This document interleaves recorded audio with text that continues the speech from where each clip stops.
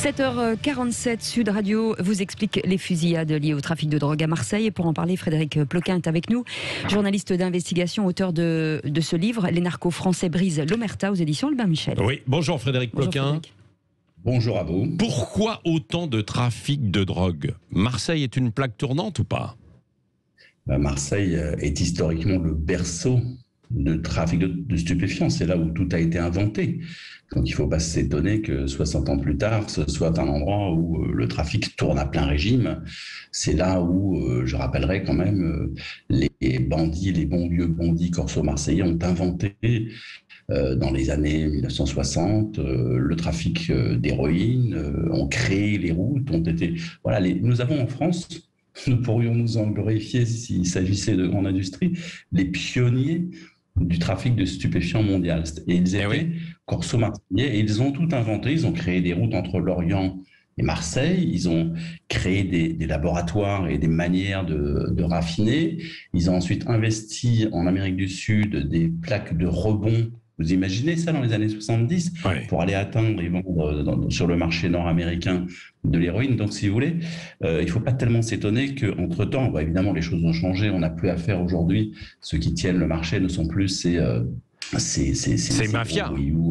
Oui, c'était les mafias des grands voyous d'époque. Mais alors, Frédéric Ploquin, ils ont été remplacés par qui alors aujourd'hui ?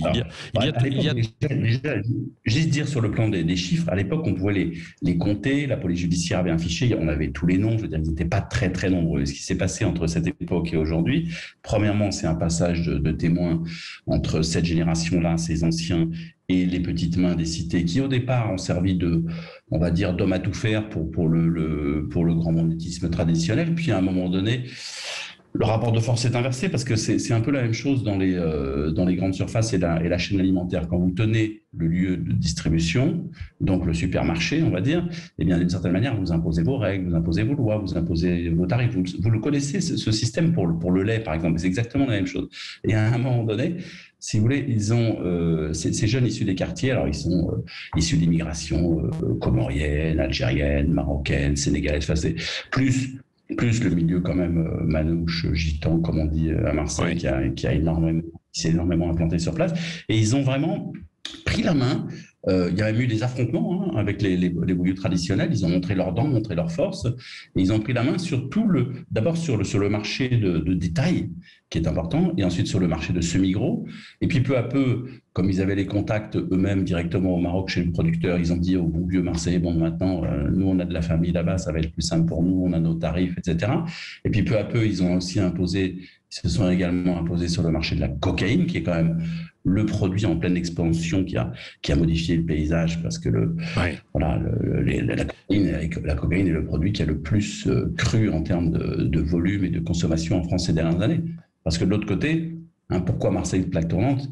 Il faut juste faire un tout petit appendice à côté. Il y a aussi, en face de ce que je vous raconte là, dans ces structures criminelles, un marché. Parce que si on n'a pas en face... Bien sûr. Voilà, il y a deux Marseille, en fait. Il y a deux Marseille. Il y a le Marseille des quartiers nord, des quartiers où on dit Loup-le-Vent, et puis il y a le Marseille plus riche, qui n'a rien à voir avec celui-là, où là, il y a des métros, des tramways, tout ce que vous voulez, où on consomme.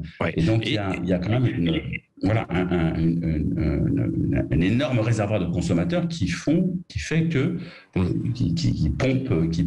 produits, qui fait que ça fonctionne et que ça tourne. Oui, Frédéric Ploquin, démonstration particulièrement intéressante, on comprend mieux en vous écoutant, mais une dernière question, est-ce que face à cela, à cette organisation, parce que c'est extrêmement bien organisé, les policiers sont engagés dans ce combat à armes égales ? Est-ce qu'ils ont les moyens de lutter ? Vous qui connaissez bien le milieu aussi policier. Les policiers ont toujours c'est bien connu, et c'est comme ça, c'est l'histoire, ont toujours un train de retard sur le trafic et les trafiquants. Donc, quand les trafiquants ont découvert les cabines téléphoniques, les policiers ont mis 5 ans à les écouter. Quand les trafiquants ont découvert les portables, les policiers ont mis 5 ans à l'écouter. C'est une image, mais c'est la vérité. Et donc, quand ce néo-banditisme a surgi sur Marseille, il a fallu 10 ans à la police judiciaire pour basculer du milieu traditionnel qu'il surveillait jusque-là à ces nouvelles cellules, et pour apprendre à les connaître. Aujourd'hui, ça fait quand même 20 ans que ça dure. Aujourd'hui, on peut considérer que la police judiciaire et la police et même la sécurité publique commencent à avoir une petite idée de qui fait quoi et qui trafique quoi. Maintenant, Il y a deux problèmes auxquels, à mon avis, l'Élysée va devoir s'attaquer très prochainement. Premièrement, c'est que la police judiciaire a été considérablement déplumée en termes d'effectifs ces 20 dernières années. Donc, il n'y a plus assez de monde pour faire des enquêtes fouillées, parce que seules les enquêtes fouillées peuvent permettre d'arrêter les criminels, ceux qui s'entretuent. Il n'y a plus assez de monde, donc il faut renforcer ses effectifs. Et puis au niveau du palais de justice, derrière, ça ne suit pas non plus, parce que c'est un peu la situation, je comparais la situation du palais de justice de Marseille à celle du tribunal de Bobigny en Seine-Saint-Denis il y a 5-6 ans, c'est-à-dire c'est la thrombose absolue, il n'y a pas de greffier, je veux dire, ça peut aller même jusqu'aux toilettes bouchées. Je sais pour vous donner une image, mais c'est la vérité, c'est-à-dire que ça ne fonctionne pas.